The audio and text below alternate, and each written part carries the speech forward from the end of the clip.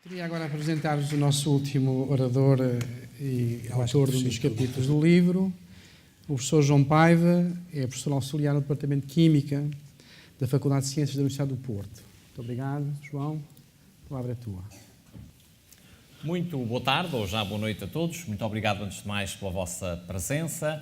Queria saudar os meus colegas de bancada, e particularmente o Luís. E queria saudar também e agradecer o convite da Fundação Francisco Manuel dos Santos, ao mesmo tempo também aproveitar para sublinhar a competência, o profissionalismo e a oportunidade com que foi lançado e organizado este evento. Enfim, nós vamos de alguma maneira, não digo repetir-nos, mas reforçar ideias de formas diferentes. O nosso primeiro orador convidado falou numa perspectiva de base mais psicológica primeiro e chamou-nos a atenção para uma realidade que depois o Secundino também confirmou numa versão mais prática, e eu irei também confirmar, da natureza complexa e holística, esta ideia de ver o todo, de que a aprendizagem carece. De facto, uma aprendizagem granulada, fragmentada, é capaz de ser desinteressante, e nós vamos experimentando isso. Eu era capaz até de acrescentar, e vou no princípio fazer algumas especulações genéricas sobre isso, um ingrediente mais de natureza sociológica, convocando aqui a ideia de pensamento sistémico e a ideia de que a educação em particular é um sistema, é um todo, e mexer numa variável implica mexer nas outras todas. Por isso é que às vezes as políticas educativas não têm atenção à natureza sistémica, holística e complexa, e de facto muitas das iniciativas acabam por ficar desperdiçadas ou não potenciadas.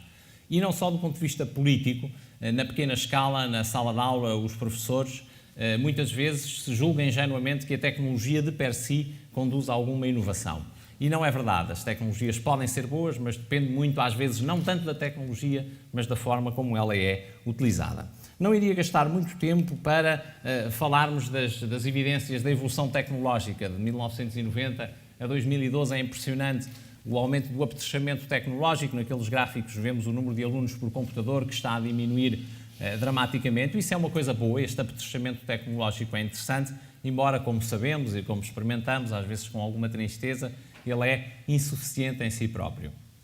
Eu vou falar um bocadinho de aplicações no ensino das ciências, aproveitando também, imaginando que na audiência estão algumas pessoas que não são de ciências, aproveitando também para um momento colateral de divulgação científica, concretamente da área onde trabalho, da química e da física, que me parece interessante. E vou começar precisamente já por vos mostrar aquilo que eu chamo a projeção sociológica ou tecnológica da lei de Lavoisier. E recordo a lei de Lavoisier, para aqueles que já não se lembram, devem ser poucos, que diz que numa transformação química, como são praticamente muitas das transformações que estão à nossa volta, que a massa dos reagentes é igual à massa dos produtos da reação. Por isso, na natureza, nada se perde, tudo se transforma.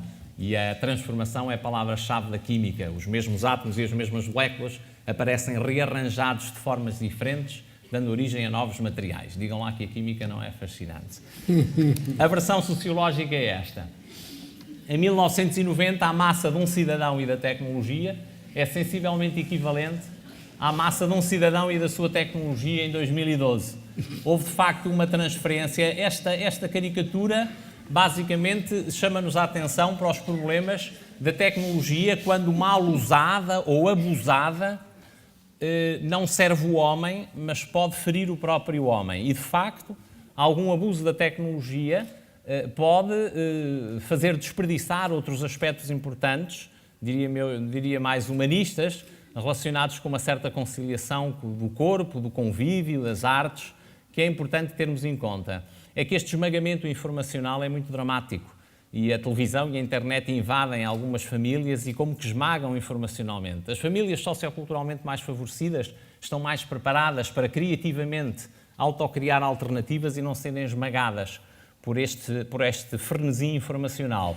Mas as famílias mais frágeis têm muitas vezes dificuldade em proteger os seus educandos do excesso e do abuso de tecnologia. E devemos estar muito atentos para isso, tentando ser criativos. Isto, aliás, enobrece muito o papel da escola, porque é precisamente com mais cultura e com mais formação e com mais educação que nós ampliamos o sentido crítico e fazemos com que as pessoas usem na dose certa a tecnologia. Deixem-me transmitir esta mesma ideia que podem ver explanada num livro que acabou de sair da Gradiva e que se chama Os Superficiais. O subtítulo é O que é que a internet está a fazer com os nossos cérebros. É de um jornalista e sociólogo americano chamado Nicholas Carr. É um livro que pode ser perigoso nas mãos de algum fundamentalista antitecnológico, porque também não é isso que se quer dizer, mas chama a atenção de alguns aspectos relevantes para esta problemática que estamos aqui a debater. A linguagem poética eu diria assim: frenesim de informação, chovem toneladas de sinais, meteoros digitais entram sem pedir licença nos meus neurónios, cansados, saturados. Já não mastigo, antes engulo mega informação. Congestão, saudade do livro, quieto, comigo a mandar, imaginar, nostalgia daquele olhar sem destino, contemplação. Eu e tu só meia vida bombardeados. Meus filhos, meus netos estão inundados, repletos e completos, de cliques, de tiques, mais bits a chegar sem parar. Talvez abrandar, talvez desligar, talvez dançar, mais bits sem parar, talvez passear, talvez esperar, respirar. Eu não queria deixar uma tónica pessimista, obviamente, sobre a utilização das tecnologias e vou agora, precisamente quase como pelo contrário, mostrar aquilo que julgo possam ser boas práticas da utilização da tecnologia, concretamente para o ensino da física e da química. Mostrar-vos alguns ambientes simulacionais onde se pode fazer ou promover, eu ponho sempre isto no condicional, porque depende da forma como as coisas são utilizadas e o discernimento do professor é fundamental, a utilização de alguns ambientes digitais. Os professores de física ensinam os problemas de visão, mas imaginem como pode ser interessante falar sobre os problemas de visão usando uma simulação desta natureza, imaginando um aluno que vai a um oftalmologista, ele que, se for como eu, tem um problema de visão, não vê bem, e para ver aquela calculadora, por exemplo, ao perto, vemos desfocado porque a imagem, em vez de se formar no sítio certo, não se forma, e isso causa este tipo de visão. Reparem que uma pessoa que tivesse um olho constituído de forma diferente, já via aquela imagem bem, porque o foco da imagem formava-se no sítio onde era devido no olho.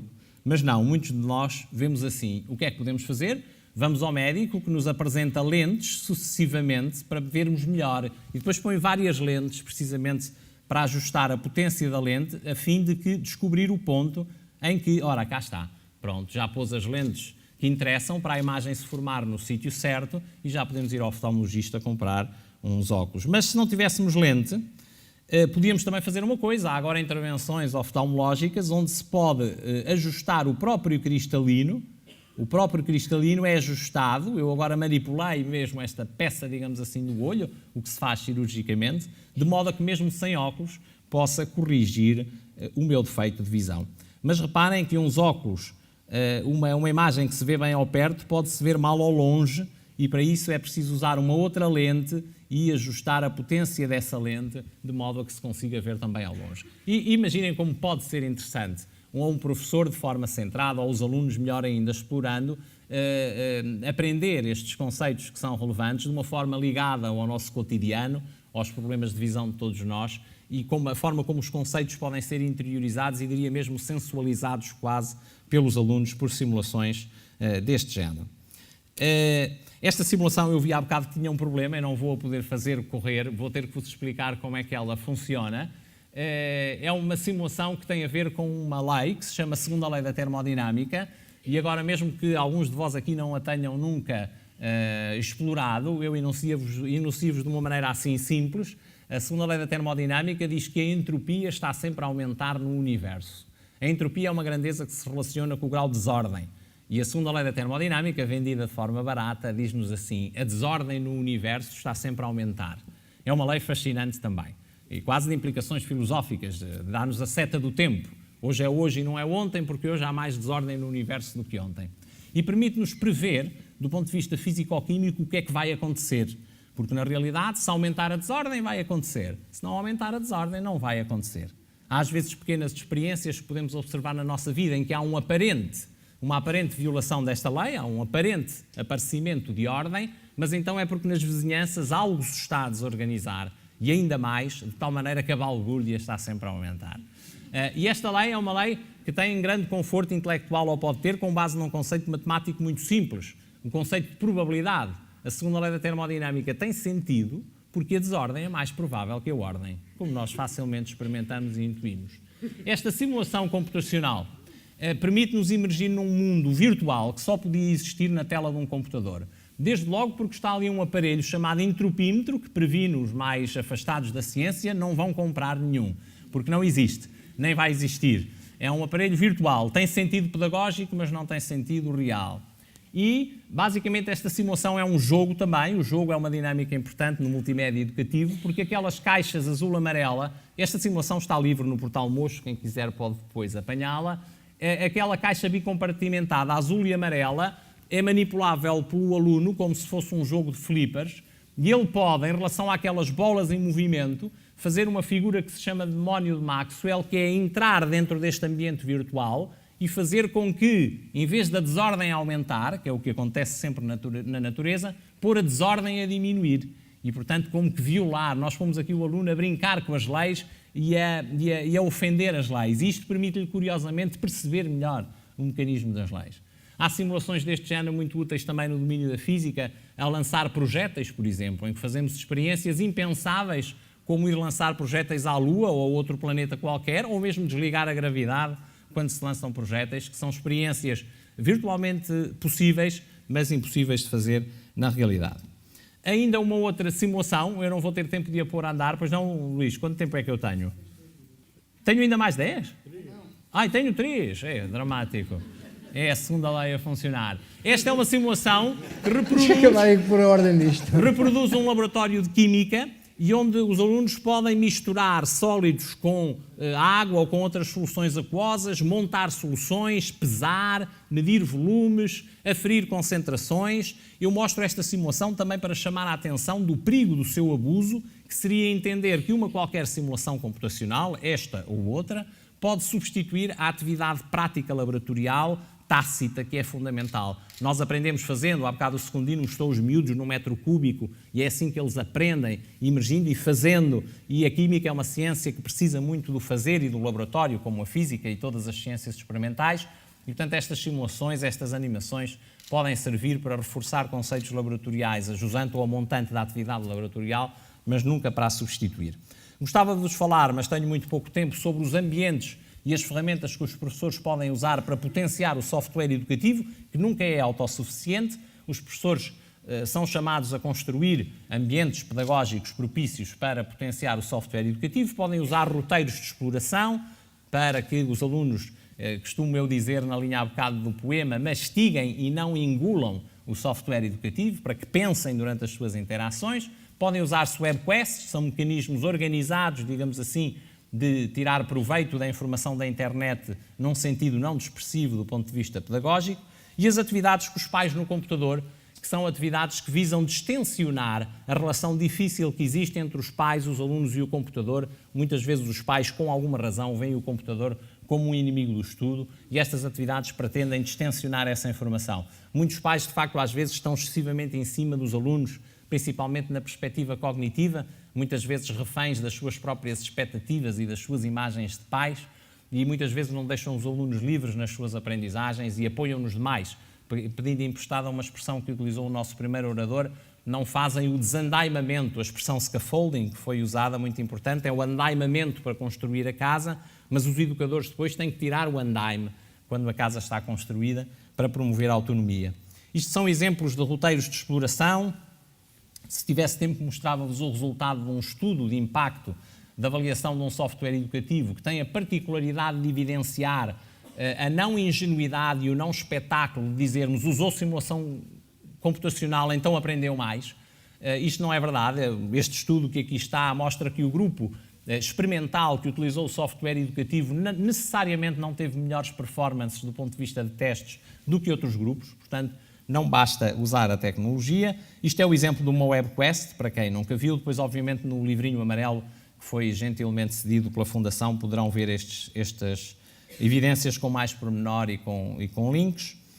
As atividades com os pais no computador.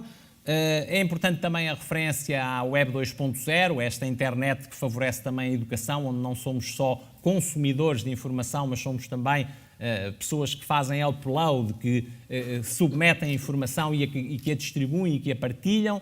as plataformas de e-learning têm uma importância muito grande, podem os recursos estar disponíveis na internet para os alunos e vou então terminar, porque me estão a fazer um sinal, dizendo que a tecnologia permite estes ingredientes que todos sabemos em teoria, maior flexibilidade, maior rasgar e abertura de horizontes, maior sinergia de esforços, maior diversificação, maior adaptação das situações, maior capacidade para os professores animarem atividades educativas com alunos a diversos ritmos, e isso é fundamental. Eu vou terminar indo buscar pedir emprestado à química uma noção muito interessante, que é a noção de concentração ou de dose. Os químicos sabem que não há venenos, há doses venenosas. É muito importante saber a concentração. E eu diria que sobre tecnologias na educação, o importante é tentar arranjar a dose certa para que se possa utilizar a tecnologia de uma forma eficaz nas escolas e na vida. Quase como que existencialmente, eu também me confesso que sou um procurador para mim próprio, qual é a minha dose certa na minha relação com os outros, individualmente e com as instituições. E o que eu desejo mesmo como pessoa é ser tónico e não tóxico. E para as tecnologias também, eu desejava que todos nós encontrássemos o ponto certo para que as tecnologias na escola, nas famílias e na sociedade fossem tónicas e não tóxicas. Muito obrigado pela vossa atenção.